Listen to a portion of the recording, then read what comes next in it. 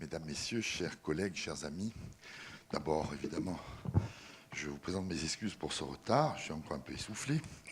Permettez-moi tout d'abord de vous souhaiter la bienvenue à Corté et de vous dire combien je suis heureux et fier que notre Université de Corse démontre à chacune des occasions comme celle-ci sa capacité à réunir d'éminents spécialistes autour d'un sujet scientifique de grand intérêt pour tous ceux qui s'intéressent à notre histoire moderne, et je sais qu'ils sont nombreux en Corse et ailleurs. Le cycle de séminaires que j'ai l'honneur et le plaisir d'ouvrir devant vous aujourd'hui et qui s'étendra dans le cadre de cette année universitaire 2014-2015, entre novembre et janvier prochain, porte sur le thème Pascal Paoli, la Révolution corse et Napoléon Bonaparte, pour un projet scientifique novateur. Ce cycle de conférences vient prolonger de façon fort opportune, je le crois, le colloque international et interdisciplinaire Attentes et sens autour de la présence du mythe de Napoléon aujourd'hui, ainsi que le workshop Iconosphère de la figure mythique de Napoléon, colloques et workshops organisés successivement en septembre 2010 et en septembre 2013, ici même à Corté, à l'initiative de Jean-Dominique Poli, maître de conférence en littérature comparée à l'Université de Corse. Les actes de ce colloque, du colloque de 2010, ont d'ailleurs fait l'objet d'une magnifique publication que je vous recommande. Je profite pour vous montrer ce magnifique ouvrage.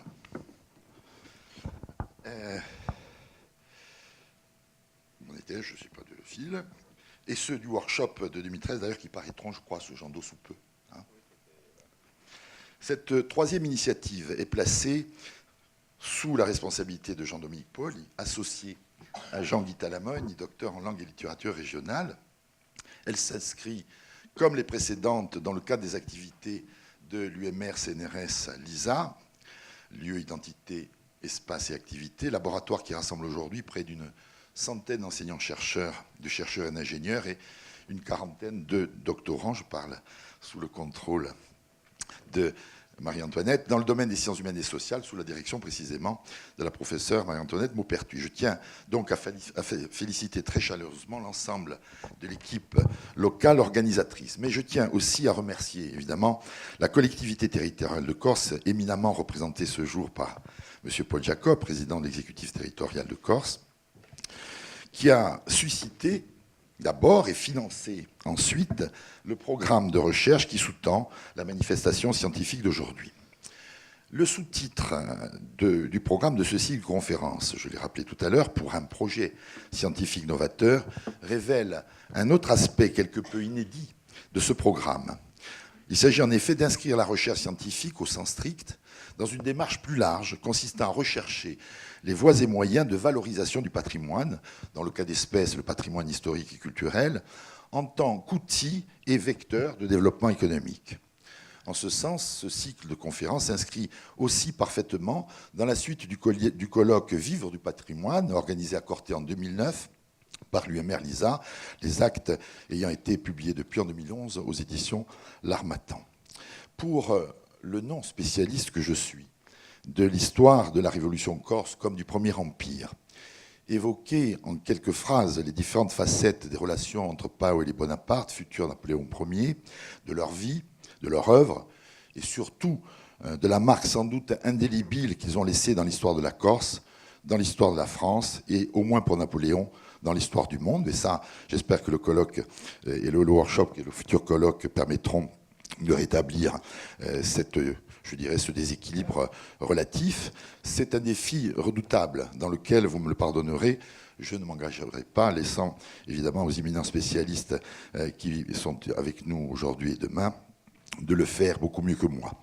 Je me contenterai plus modestement ici d'exprimer quelques sentiments ou quelques observations très très impressionnistes que m'inspire en tout premier lieu le fait que, clin d'œil de l'histoire peut-être, cette nouvelle rencontre scientifique consacrée pour partie tout au moins à Napoléon, se tient dans cette Università di Corsica, baptisée Pasquale Paoli, du nom de celui qui fut successivement et d'abord un héros pour le jeune Bonaparte, puis une sorte de figure rivale dont il se distancia fortement, devenu premier consul puis empereur de la France, distanciation qui me semble pouvoir s'illustrer par leurs ambitions respectives pour la Corse, et je pense que le workshop et le colloque en feront la démonstration.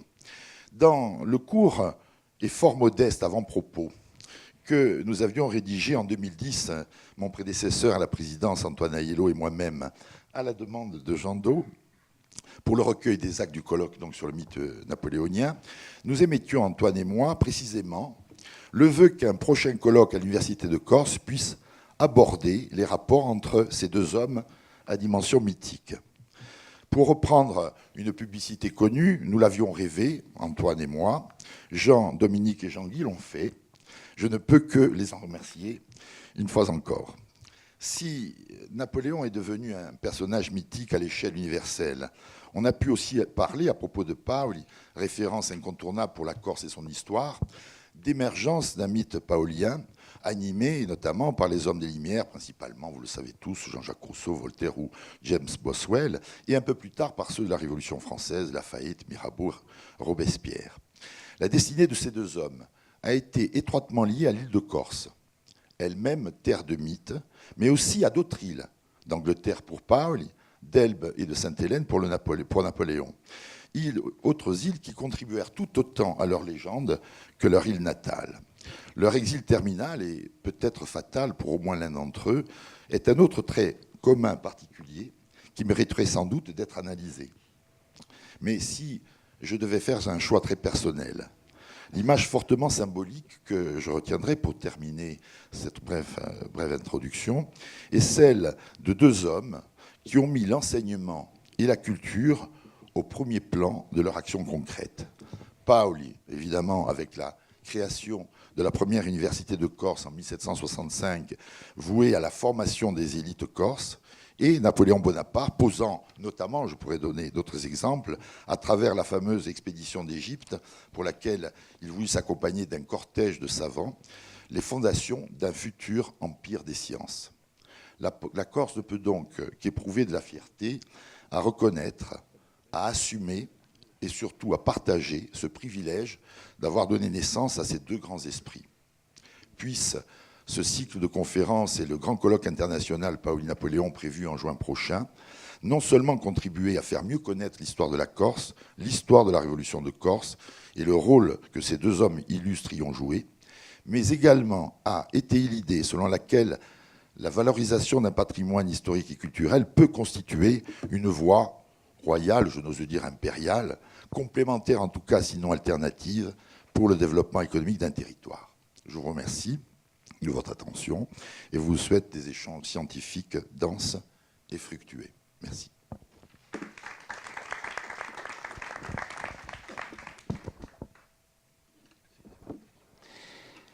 Monsieur le Président, Mesdames, Messieurs les professeurs, quelques mots. Les hommes politiques commencent toujours en disant quelques mots, puis c'est assez long et ennuyeux, mais quelques mots quand même. D'abord, je voudrais excuser Emmanuel de Gentil, qui est conseiller exécutif, entre autres, en charge de l'enseignement supérieur et qui connaît cette maison, mais elle a d'autres fonctions également, notamment en matière d'hydraulique.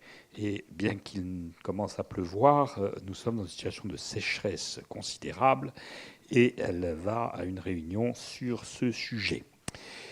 Alors, qu'est-ce qu'on peut dire ? On va essayer de dire bref, ça évitera d'en dire trop, mais surtout des bêtises. C'est une banalité, l'histoire façonne le présent. Elle le fait souvent d'ailleurs de manière très positive. Après tout, c'est la source de l'exemplarité, ça nous invite au dépassement, ça nous offre des perspectives, ça donne du sens, de la profondeur et du recul à ce que nous faisons aujourd'hui. Il y a même des actes manqués parfois. Par exemple, mon ami Jean-Guy Talamone, il y a eu une panne de voiture à Ponte-Novo.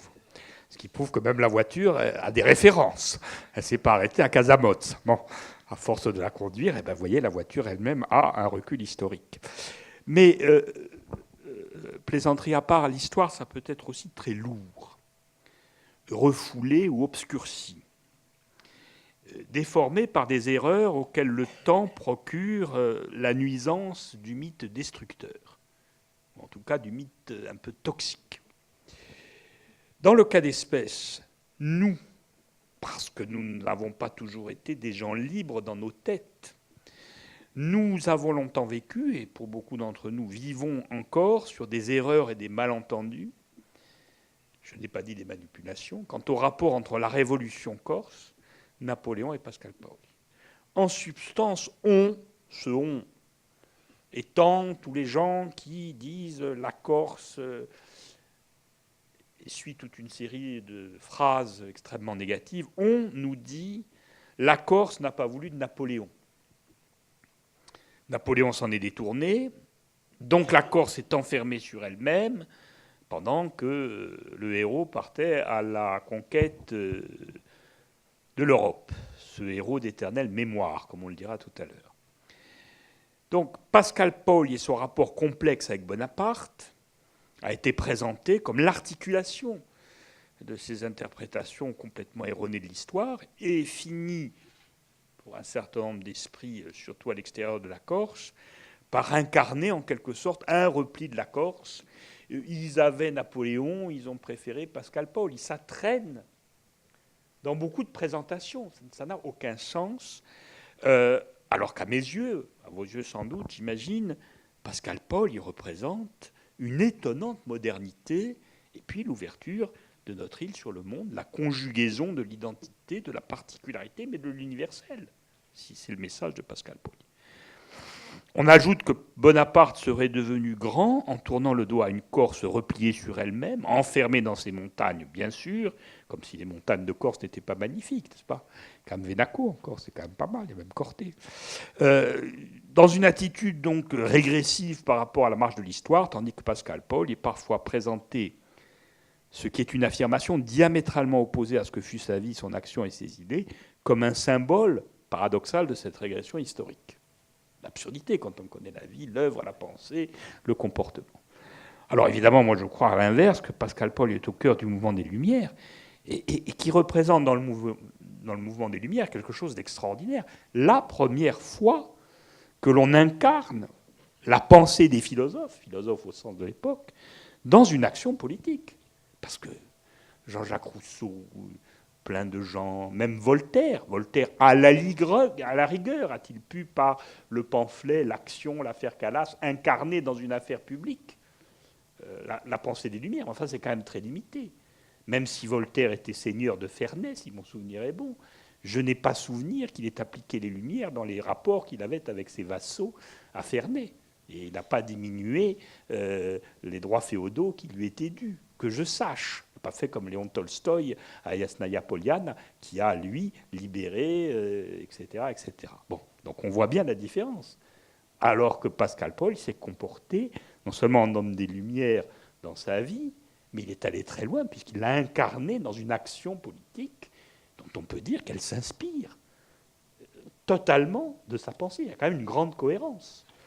Alors, à l'inverse, je crois que Napoléon Bonaparte ne peut se comprendre sans la Corse.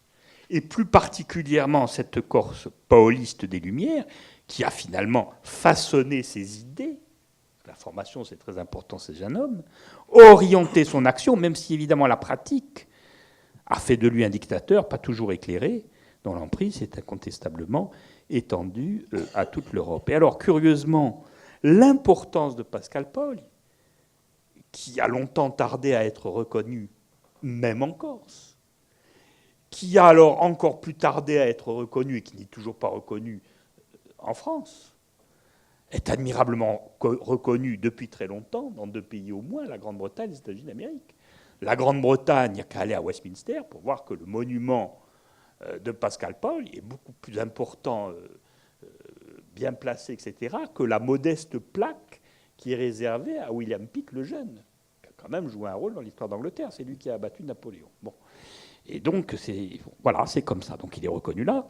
Et je ne ferai pas injure aux historiens qui en sont là, aux spécialistes de la pensée politique, qui connaissent tout le travail universitaire, académique qu'il peut y avoir aux États-Unis d'Amérique à propos de Pascal Paoli en tant que source constitution américaine, directe et indirecte, et notamment à travers l'œuvre de Rousseau. Alors, je vous le dis tout de suite, je dis bien je crois. Donc j'émets une opinion, je révèle un sentiment, peut-être même un désir caché, celui de faire coïncider la leçon de l'histoire avec ce que j'essaie, avec bien d'autres, présents parfois dans cette salle et pas trop loin de moi, de faire au présent.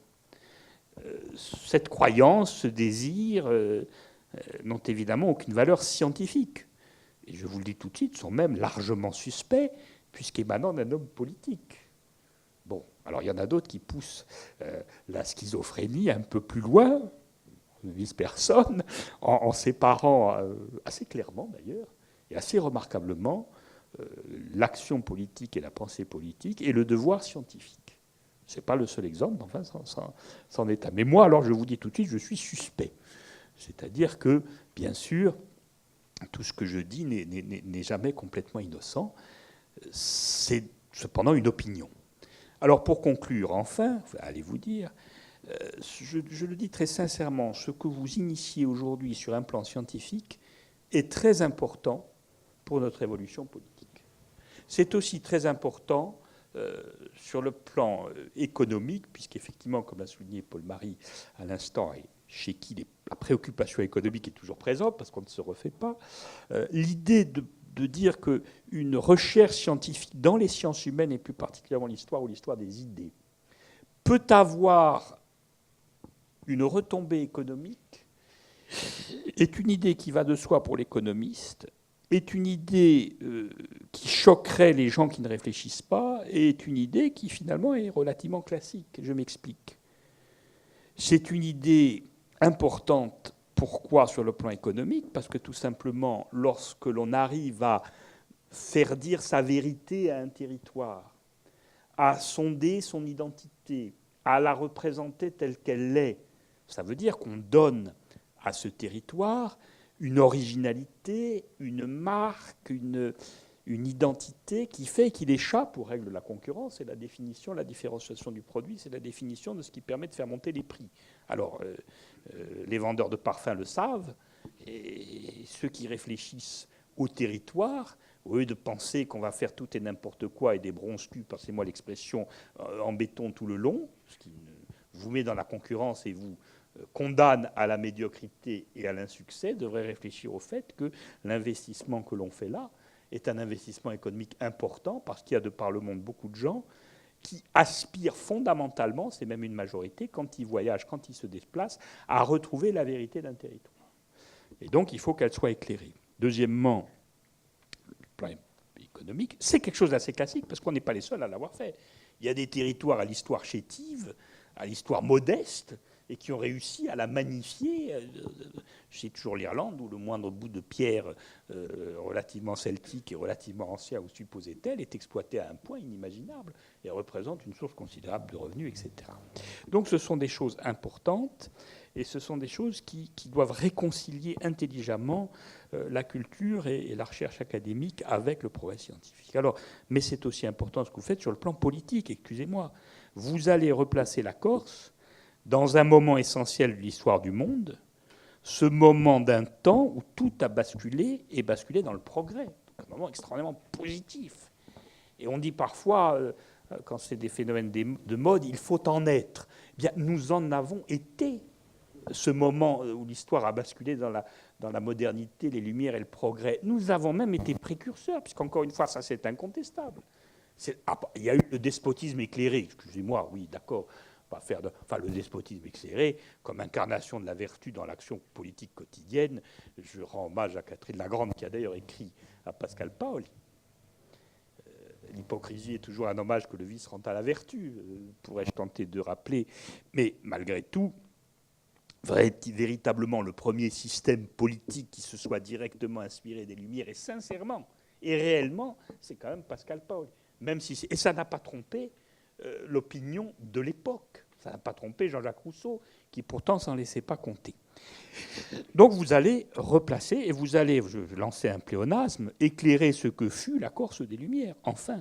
Et ce faisant, je vous le dis, vous nous aiderez, nous, politiques, à replacer ce que nous faisons aujourd'hui, de la réflexion sur l'évolution institutionnelle, au PADUC, en passant par la co-officialité qui suscite, mon cher président, tant de guerres d'émotions et de psychodrames à tort, puisqu'on en est quand même sorti, et la question foncière dans une irremplaçable perspective historique. Et c'est pour ça que je vous remercie infiniment de ce que vous faites.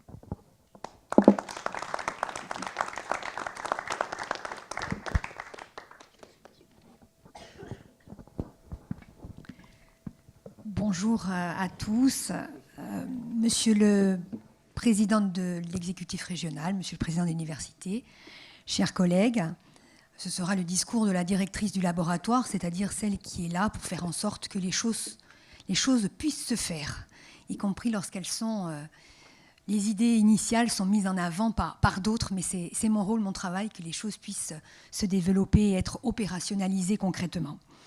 Alors ce séminaire est la première étape d'un projet plus important qui, au-delà de la phase préparatoire qui nous occupe depuis quelques mois et qui courra jusqu'au mois de juin prochain, avec le soutien évidemment de la collectivité territoriale, ce projet peut et doit conduire à une mise en la valeur à la fois scientifique et économique de la relation ambivalente, ô combien complexe, existant entre Paoli, d'une part, et Napoléon Bonaparte. L'objectif de ce projet, je le rappelle, est de créer les conditions du développement d'un ensemble cohérent d'activités scientifiques, culturelles, économiques autour de deux personnages clés, ça a été dit par nos deux présidents, de l'histoire de la Corse, mais aussi de deux visionnaires qui ont compté dans l'histoire de l'Europe, et souvenez-vous, l'Europe à ce moment-là était le monde. Il s'agit, pour moi, d'une opération de recherche-développement, à l'image de ce qui peut se passer dans les sciences dures, qui a pour cadre, certes, le territoire corse, mais qui implique aussi des chercheurs et des institutions extérieures à l'île. Des chercheurs, alors extérieurs à l'île, n'exagérons rien. Nous avons ici Michel Verger-Franceschi, qui est quand même des nôtres, bien sûr. Et puis, j'ai aperçu tout à l'heure dans la salle Madame Avon Soletti. Mais en tout cas, je souhaite la bienvenue à tous ceux qui sont venus de l'extérieur. Et les institutions extérieures, je pense notamment à la Fédération des cités napoléoniennes avec laquelle nous travaillons de manière rapprochée. Alors ce projet est original sous deux aspects. Et il suppose évidemment une mise en œuvre ensuite très particulière. Tout d'abord, originalité de par la problématique qui est scientifique, qui est traitée et qui exige de dépasser les seules études napoléoniennes, ô combien nombreuses et excellentes au demeurant. Mais il ne s'agit pas de refaire ce qui a été déjà fait. Voilà, je crois qu'il sort un bouquin par jour sur Napoléon, donc on ne va pas recommencer. Voilà, ce n'est pas l'objet. Il s'agit en fait de comprendre toute la complexité du couple, passez-moi l'expression, Paoli-Bonaparte ou Paoli-Napoléon, mais également de mettre en lumière l'importance de la révolution de Corse à la période moderne, bien sûr, et dans le temps long de l'histoire également. Le projet est original aussi parce que, de par ses modalités opératoires de mise en œuvre, il s'agit d'articuler avec intelligence, dans le respect des règles académiques, recherche scientifique et valorisation du savoir et des connaissances produites. Si aujourd'hui il est acquis, et ça a été évoqué par l'exemple par le président Jacob, si aujourd'hui il est acquis que la valorisation du capital culturel, comme du capital naturel d'ailleurs, est source de croissance économique dans plusieurs régions du monde, on oublie trop souvent que la mise en patrimoine est aussi un processus complexe et que la mise sur le marché, qui doit en découler, exige un effort d'analyse critique, voire d'autocritique, et de retour réflexif sur le travail du chercheur qui s'y implique. La mise en patrimoine ne saurait se résumer donc à une opération strictement mercatique. Nous avons donc accepté à l'UMR LISA de relever le défi lancé par Jean-Dominique Paoli et Jean-Guy Talamogne en travaillant sur un double registre. Tout d'abord, réunir un socle commun de connaissances sur le triptyque Paoli-Napoléon, Révolution de Corse, évidemment en visant l'originalité, la nouveauté, l'innovation, en associant les travaux réalisés en interne. Le président Romagne a cité les colloques organisés par Jean-Dominique Paoli ces dernières années, aux éclairages de spécialistes extérieurs, que je remercie encore une fois d'avoir accepté d'être membre de notre conseil scientifique et de notre comité d'honneur. Cette confrontation et ces échanges s'opèrent donc, comme il est traditionnel dans le domaine scientifique, dans des séminaires, dans des colloques. Et ce cycle de séminaires qui s'ouvre aujourd'hui et qui courra jusqu'en janvier 2015, est d'une importance fondamentale. Le deuxième registre sur lequel nous travaillons parallèlement, c'est établir un diagnostic précis des opportunités de valorisation qui s'offrent à notre équipe de recherche et des opportunités de mise en synergie de compétences à la fois scientifiques mais aussi de nature technique. L'activation de nos ressources patrimoniales, puisque nous avons travaillé sur les ressources patrimoniales au sein de l'UMR LISA depuis sa création, l'activation de ces ressources, et je pense qu'on peut inscrire et Napoléon et Pascal Paoli et la Révolution de Corse sous l'appellation ressources patrimoniales, appelle à mon sens le montage de consortia permettant le portage d'une valorisation intelligente de la recherche au service d'un territoire et d'une communauté qui y vit. Ce premier cycle de séminaire vise donc tout autant à produire et partager de la connaissance, finalement c'est une activité normale pour nous autres chercheurs, mais aussi enclencher un processus d'activation de ressources et enfin définir des pistes d'application possibles. C'est pour cela d'ailleurs que seront associés dans le courant du séminaire tout à la fois des historiens, ce qui est logique, mais aussi des économistes ou des enseignants de gestion, de management, comme le professeur Jacques Orsogni. Il s'agit donc d'impulser un processus de création de valeur sur le territoire, valeur évidemment n'étant pas entendue, bien qu'étant économiste, aussi au sens strictement économique, mais au sens noble du terme. Je remercie donc Jean-Dominique et Jean-Guy pour leur idée, puisqu'il s'agit d'une idée avec un grand I, le président de l'exécutif régional pour son soutien et sa présence parmi nous, et je souhaite vivement qu'au terme des 3 sessions du séminaire, je pense que Jean-Do, tu donneras quelques détails, qui auront lieu donc au mois de décembre et au mois de janvier prochain, nous ayons tous ensemble une séance d'analyse réflexive indispensable à une transformation heureuse de la recherche en développement. Je vous remercie de votre attention.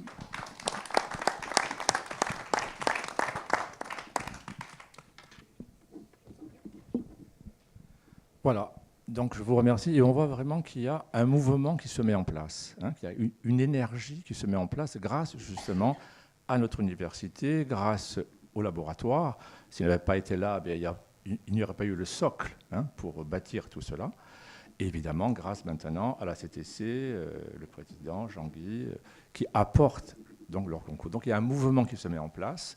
Et cela, on l'a mené depuis très longtemps, depuis 2004. Depuis 2004, on travaille sur Napoléon, Pascal Paoli. Comment on peut faire ce lien? Autrement dit, Napoléon, c'est ce mythe universel qui a été, comme vous l'avez bien dit, détaché de la Corse.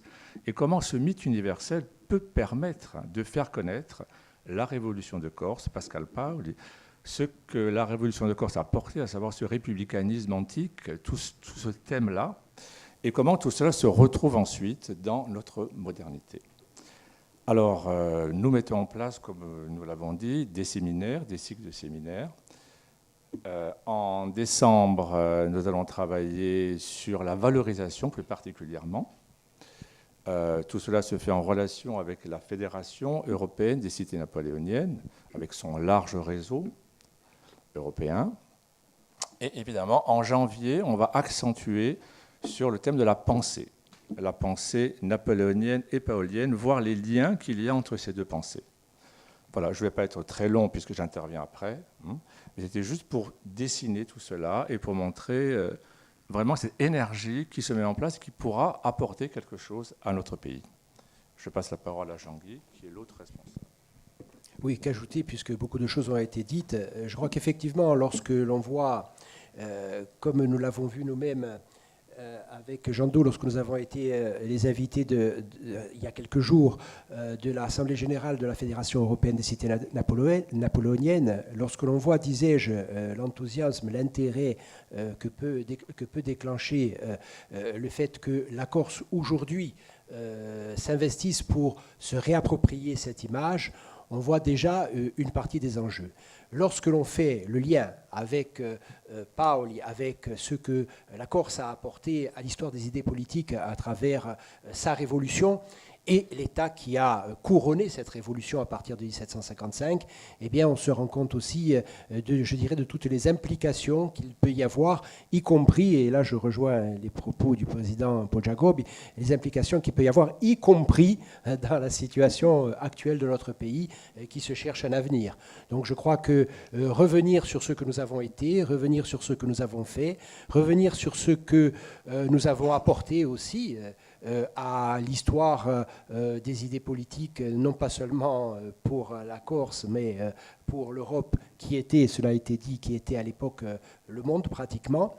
Eh bien, je crois que c'est important pour nous, mais pas seulement. Donc, évidemment, nous avons, avec Jean Do, envisagé donc, cette démarche, évidemment, en complémentarité avec ce que d'autres chercheurs font ailleurs sur des thèmes qui sont proches de nos champs de travail aujourd'hui. Nous pensons qu'effectivement, il va y avoir à la fois une mobilisation à opérer de toutes les énergies de cette université, mais également à travers les relations que nous avons déjà nouées, mobiliser des énergies extérieures et porter un projet qui a évidemment des implications scientifiques qui sont majeures. Notamment, il y a certainement un certain nombre de pistes pour revisiter la figure de Napoléon sous l'angle de ses rapports avec la Corse. Et cela, nous ne sommes pas les seuls à le dire, puisque en ce moment même, il y a des chercheurs qui le disent. Je pense notamment à Guénifé, qui a sorti un Bonaparte, et qui, parmi les orientations qui pourraient être facteurs de nouveauté dans les études napoléoniennes, eh bien, il cite les rapports de Napoléon Bonaparte avec la Corse. Nous en sommes convaincus, puisque nous avons déjà commencé depuis des années à travailler sur ces questions, et nous savons qu'effectivement Napoléon Bonaparte, y compris dans sa pensée et dans son action politique, doit beaucoup à son éducation corse, au fait qu'il était corse et qu'il était aussi politiquement corse, et ça c'est très important aussi. Donc voilà, il y a sur le plan scientifique des enjeux, et puis il y a effectivement, cela a été dit, il faut encore le répéter, parce qu'on est vraiment dans la recherche-développement, dans la recherche-action. Il y a des implications aussi économiques pour la Corse, et c'est vrai que ce projet arrive à un moment où d'autres choses se font, et tout ça doit se faire en complémentarité. Voilà, je ne veux pas être plus long, mais effectivement, nous nourrissons beaucoup d'espoir autour de ce projet, et nous ferons tout pour que ces espoirs ne soient pas déçus.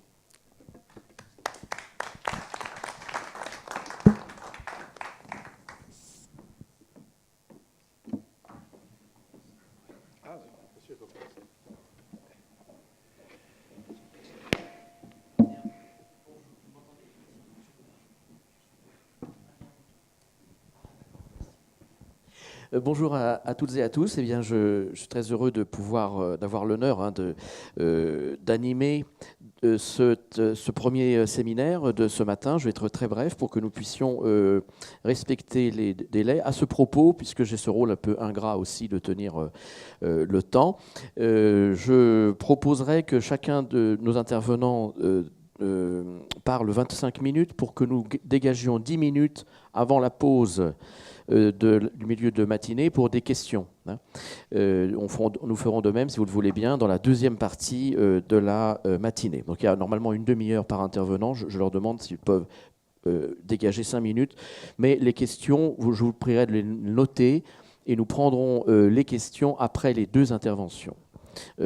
Alors, ce premier séminaire qui s'intitule Histoire, mémoire et imaginaire nous amène, par son simple intitulé, à étudier donc la construction, je dis bien, de figures historiques, à partir bien sûr du travail des historiens, mais aussi, nous allons le voir, à partir du travail d'autres disciplines, ici représentées, langue et culture régionale et littérature comparée.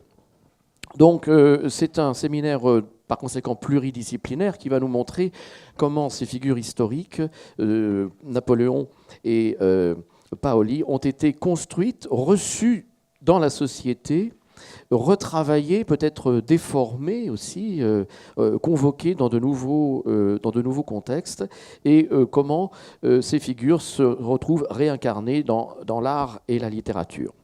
Alors nous allons commencer tout d'abord par entendre le professeur Michel Verger-Franceschi qui va nous parler de l'histoire de Paoli aujourd'hui. Donc on est bien dans ce travail de réception.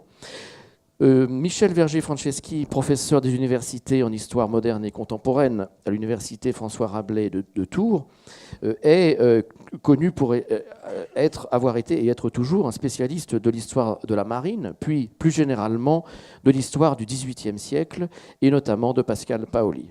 Je rappellerai très rapidement qu'en 2007, dans le cadre du bicentenaire de la mort de Pascal Paoli, Michel Verger-Franceschi, sous l'égide du ministère de la Culture et de la Communication, a participé à l'animation d'un débat intitulé « Paoli, un homme des Lumières ».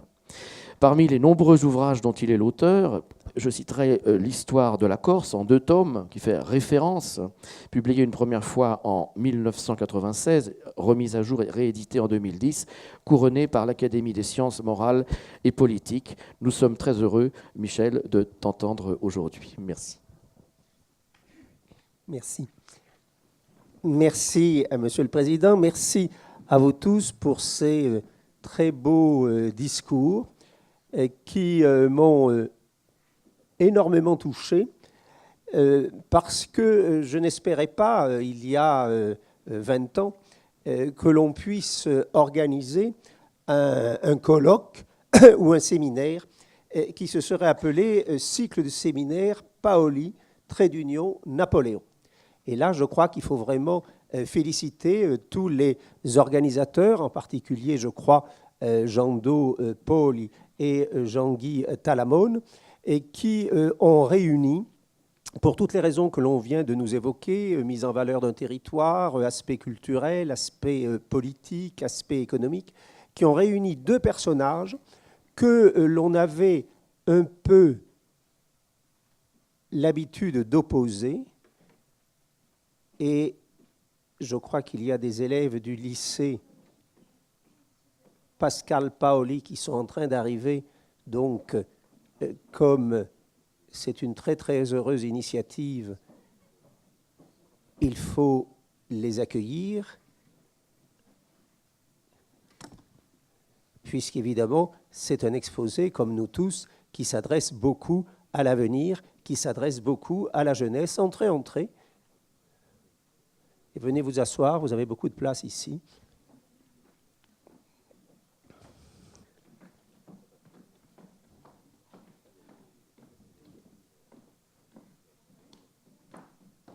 Et il faut remercier Madame Morette, qui est une de nos intervenantes de demain, qui a eu cette idée excellente de faire participer quelques élèves de sa classe du lycée, donc Pascal Paoli.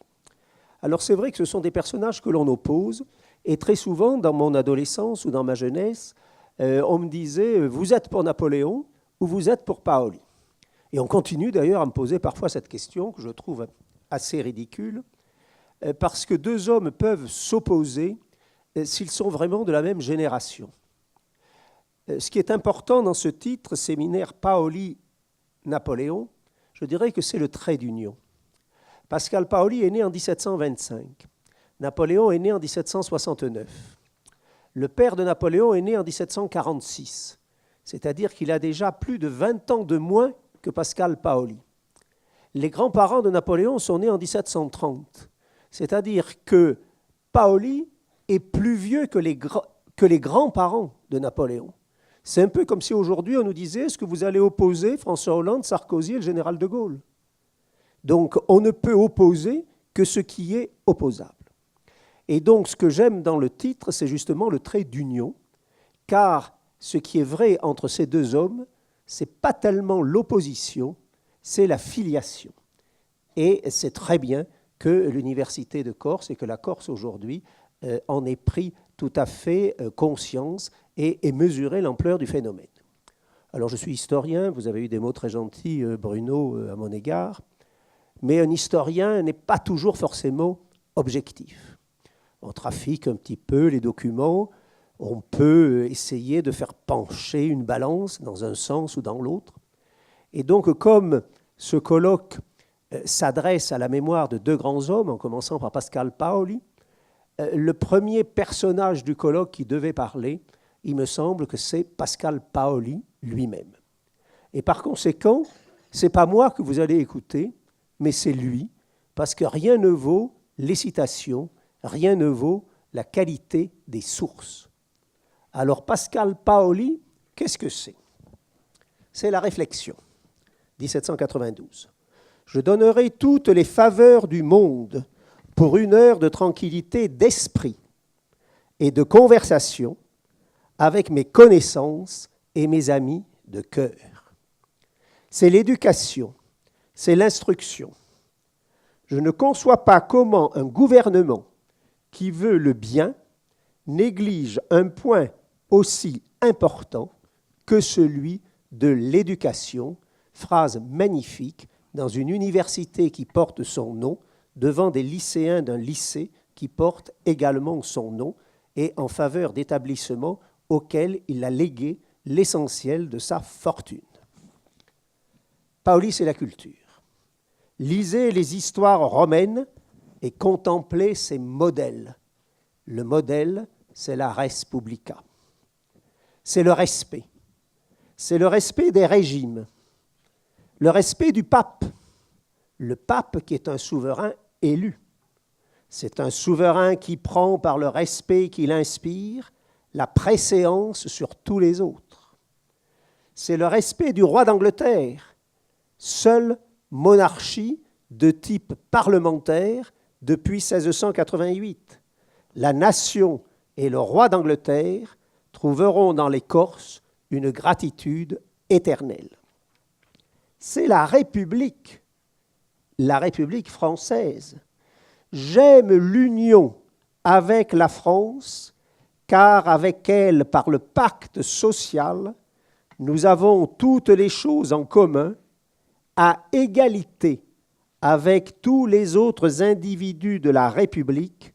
Nous avons le droit de participer à tous les avantages et à tous les honneurs.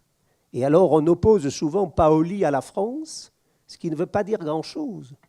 On devrait peut-être opposer Paoli, comme beaucoup d'autres de ses contemporains, à la monarchie dite absolue, même si le terme est abusif, la monarchie administrative de type Louis XIVien, mais j'aime l'union avec la France, c'est-à-dire la France de la Constituante, la France de 1789.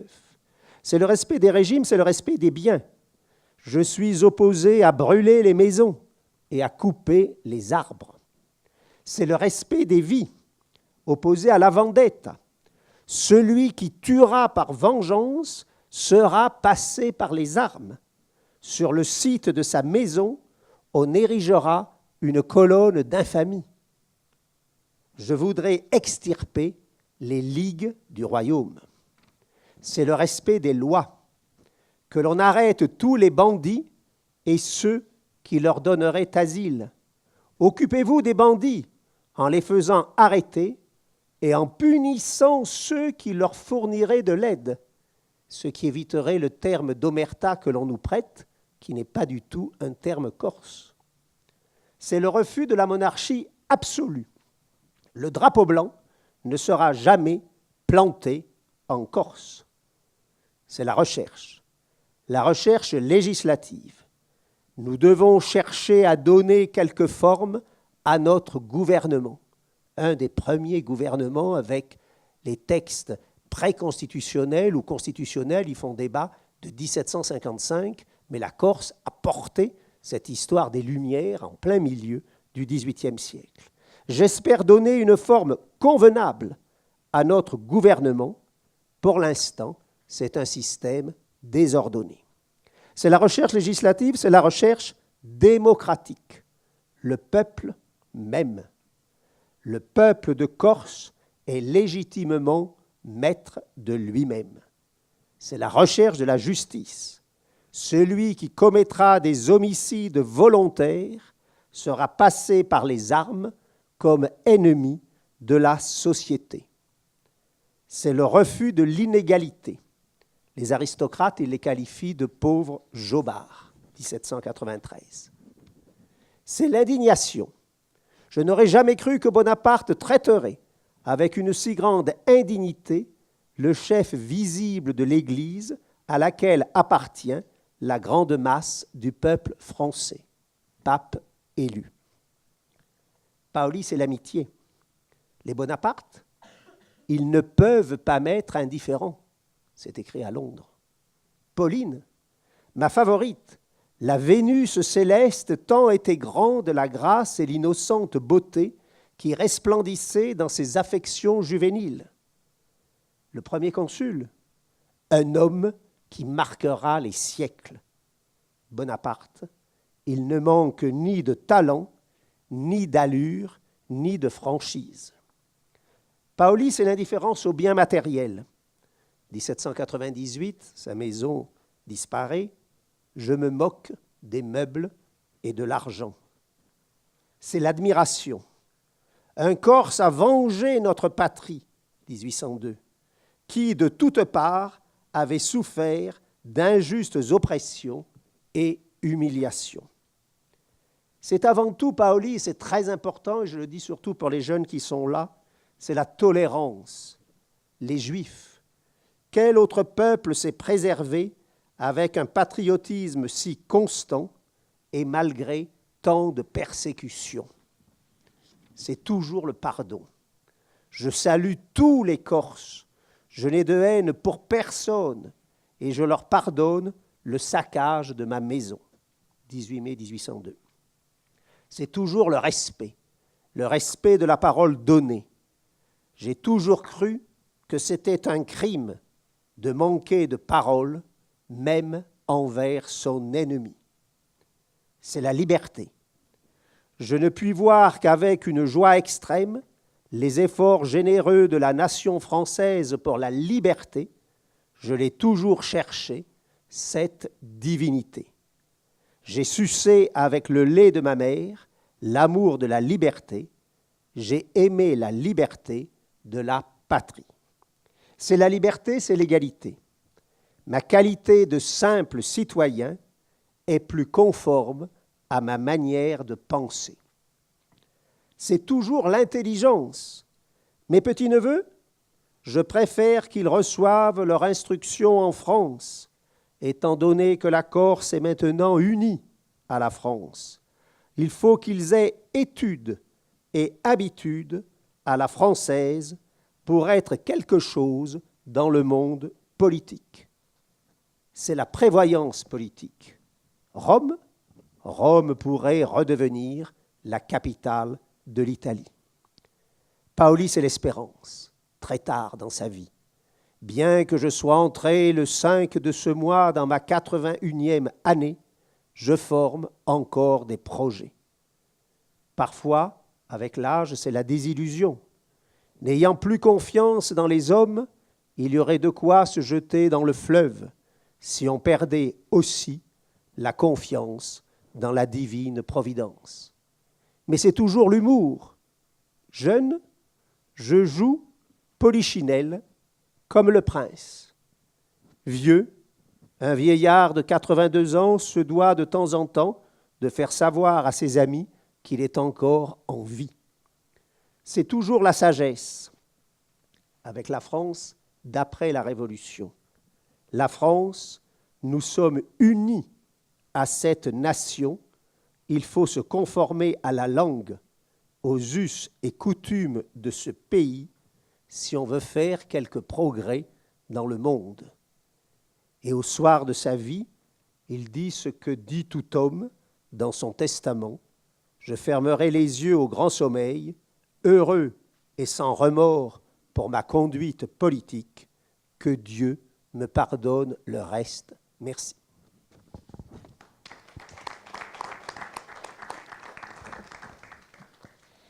Merci beaucoup. Nous avons le temps de prendre finalement des questions maintenant. Je vois que nous sommes un petit peu en avance. Donc, si Jean-Guy me le permet, on peut prendre quelques questions maintenant avant d'entendre la deuxième communication. Donc, je donne la parole à la salle pour quelques questions.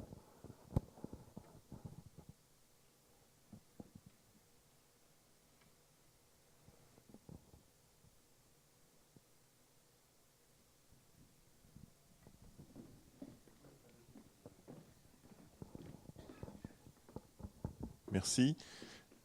Donc, je suis Jacques Metté, je suis le directeur de la Fédération européenne des cités napoléoniennes.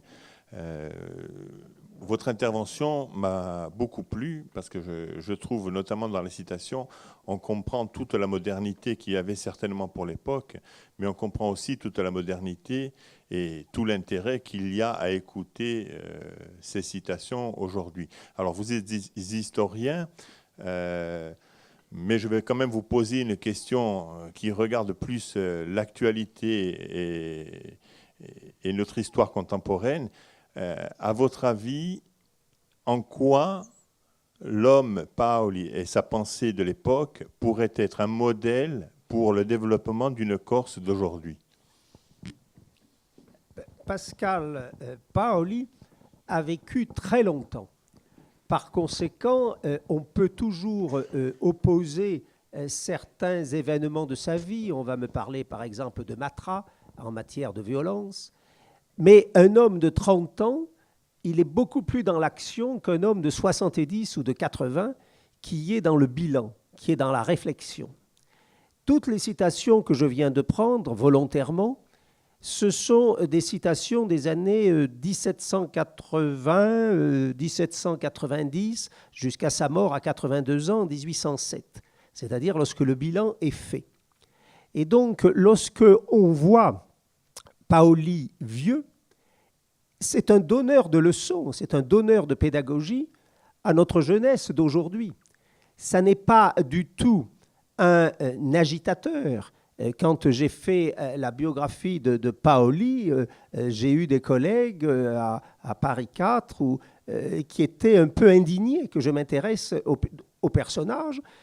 On m'a dit des choses parfois qui étaient « Tiens, tu fais une biographie sur le Pétain corse ». C'est comme ça qu'il est perçu. Alors on avait le choix entre cette image et puis après, quand j'ai fait l'enfance corse de Napoléon, on m'a dit « Tu t'intéresses maintenant à un dictateur ». Et donc c'est terrible de voir l'image que nos personnages ont laissée parfois dès qu'on traverse la Méditerranée. Et donc, quand on montre la réalité, l'héritage d'aujourd'hui, c'est l'héritage d'un homme qui a été à l'origine des Lumières, ça a été l'héritage d'un homme qui a porté les valeurs qui doivent être aujourd'hui les valeurs de l'humanité. Il y a cette très jolie phrase de Pascal Paoli à la fin de sa vie, qui se percevait comme citoyen du monde tout au long de sa vie, et qui, octogénaire, dit à Maria Cossuet, « Maintenant, il ne me reste plus qu'à devenir le citoyen du ciel ». Et donc, l'héritage de Paoli, ce sont ses valeurs. C'est un homme qui sort du peuple. Un grand-père apparemment meunier, un père qui a fait quelques études, Hyacinthe, qui est un homme d'une culture. Le père, il n'y a pas de biographie du père. Et pourtant, le père est un personnage essentiel, Hyacinthe. Et donc, c'est un homme qui a appris une culture à son fils, culture antique, on l'a dit tout à l'heure. Il lit Tacite, il lit Virgile, il connaît très très bien, on l'appelait le nouveau Lycurgue, le nouveau Solon. Donc il y a toutes les valeurs de l'Antiquité, de la Res Publica romaine. Et cet homme qui sort de la plèbe, eh bien, quand vous réfléchissez 2 minutes, tout à l'heure, le président Paul Jacob citait la lettre de Catherine, par exemple, de Russie de 1770 à Pascal Paoli. Alors imaginez la tsarine en 1770 qui écrit à ce personnage qui est né au hameau de la Stretta où il y avait 70 personnes quand il est né. Mais est-ce que vous vous rendez compte que Pascal Paoli, je crois qu'on aura des intervenants qui parleront de ça demain, a été au contact de Louis XVI, de Marie-Antoinette, du roi d'Angleterre Georges III, qu'il a pensionné, alors que c'est un enfant qui sort d'un village modeste de la montagne corse, du Rostine.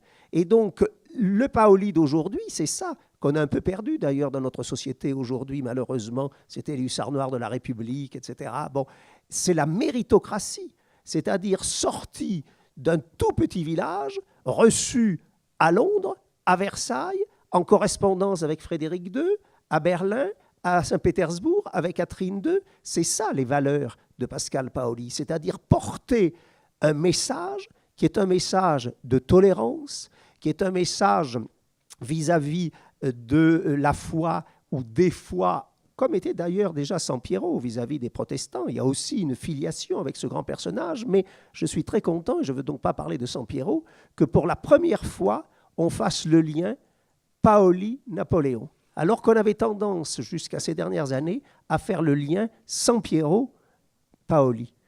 On ne peut pas comparer un homme mercenaire du XVIe siècle à un véritable philosophe, à un Montesquieu corse du milieu du XVIIIe. La filiation, elle est vraiment Paoli-Napoléon. Et c'est pour ça que j'ai fait ce choix de citation, parce que ce sont des citations d'un homme d'État. Un homme d'État ne peut pas prêcher la violence, il ne peut pas prêcher l'anarchie, il ne peut pas prêcher le banditisme, il ne peut pas prêcher le manque de justice, le manque de respect, le manque de loi. Et donc, Paoli, il a été en relation étroite avec Carlo Bonaparte. Bon, à Corté, on a encore la maison où est né Joseph, ici, en 1768, le frère aîné de Napoléon.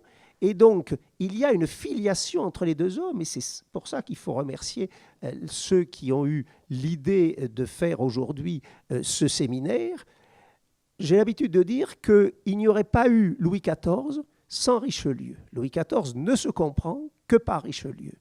Napoléon, et on a bien mis l'accent là-dessus tout à l'heure, ne peut se comprendre que par sa corsitude. Une histoire de Corse en 1789, quand il a 20 ans. Moi, quand je vois, et c'est pas très gentil ce que je dis peut-être pour les lycéens ou les étudiants qui sont parmi nous, mais mes agrégatifs ou mes masters ne peuvent plus, à 20 ans, écrire aujourd'hui ce que Napoléon écrivait en 1789 à 20 ans. Il y avait une réflexion extraordinaire chez Napoléon. Et cette réflexion, elle vient bien de quelque part, et elle vient bien de sa corsitude.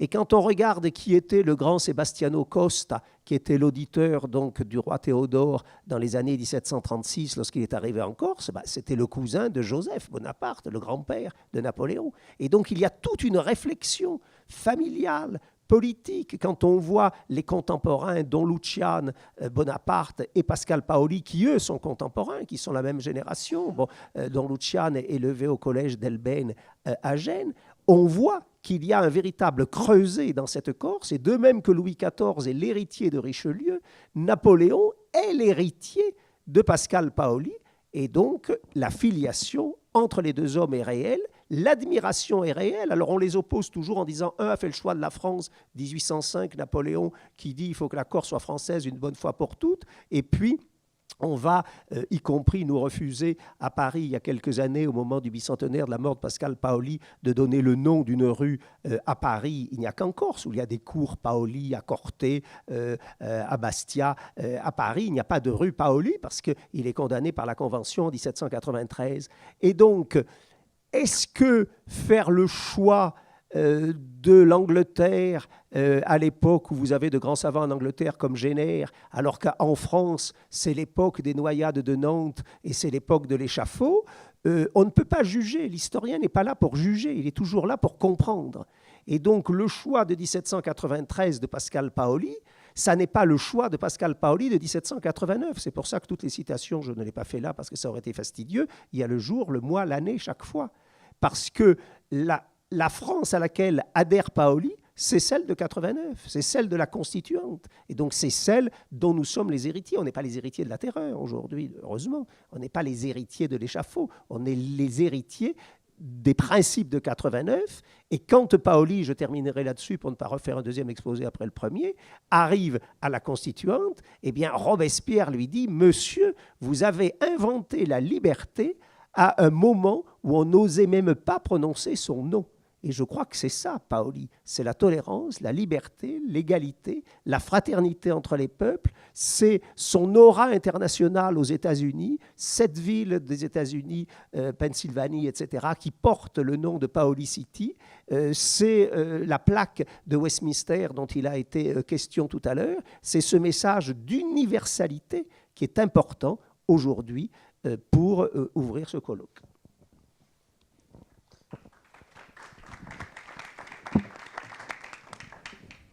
Merci beaucoup.